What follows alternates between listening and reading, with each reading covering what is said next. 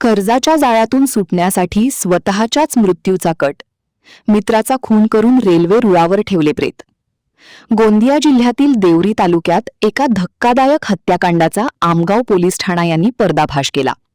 Poultry फार्मसाठी घेतलेल्या 5 लाखांच्या कर्जातून सुटका मिळवण्यासाठी अंतिम ओमप्रकाश खोटेले वय 28 याने स्वतःला मृत दाखवण्याचा कट रचला. त्यासाठी त्याने गावातील मित्र चंद्रकुमार सराटे वय 46 यांची हत्या केली. 28 ऑगस्ट 2025 रोजी अंतिमने चंद्रकुमार यांना कामाचे कारण सांगून दुचाकीवर बाहमणी रेल्वे पटरी परिसरात नेले.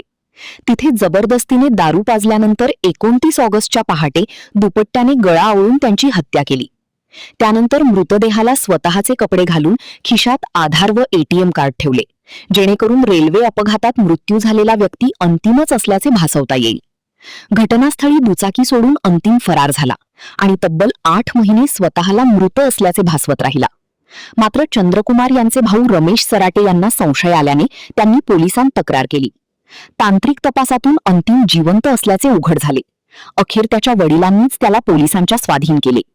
पोलीस स्टेशन आमगाव येथे अपराध क्रमांक 342/2026 कलम 103(1) 238 BNS नुसार दिनांक 14/5/2026 रोजी गुन्हा दाखल झालेला आहे. या गुन्ह्यातील आरोपी नामे अंतिम ओमप्रकाश खोटोले याच्यावरती 5 लाखाचे पोल्ट्रीचे फॉर्मचे कर्ज झाले होते. त्याचा पोल्ट्री व्यवसाय बुडला, त्यामुळे त्याच्यावर 5 ते 6 लाखाचे कर्ज झाले होते. या कर्जामध्ये सूट भेटावी याकरिता स्वतःच्या नकली मृत्यूचा बनाव या आरोपीने बनवला आणि आरोपीने त्याच्या घरासमोरील राहणारे चंद्रकुमार श्रीकृष्ण सराटे वय वर्ष 46 यांना दिनांक 28/8/2025 रोजी त्यांच्या राहते घरून उचलले, त्यांना दारू पाजली. त्यानंतर बामणी रेल्वे गेटजवळ त्यांचा दुपट्ट्याने गळा आवळून त्यांचा खून केला आणि त्याचे प्रेत हे रेल्वे पटरीवर टाकून दिले.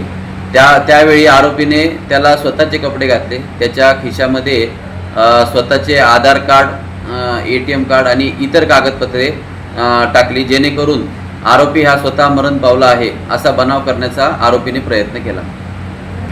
आरोपी विरुद्ध खुनाचा गुन्हा BNS कलम 103(1) आणि पुरावे नाहीसे केले म्हणून 238 BNS प्रमाणे गुन्हा दाखल झालेला आहे.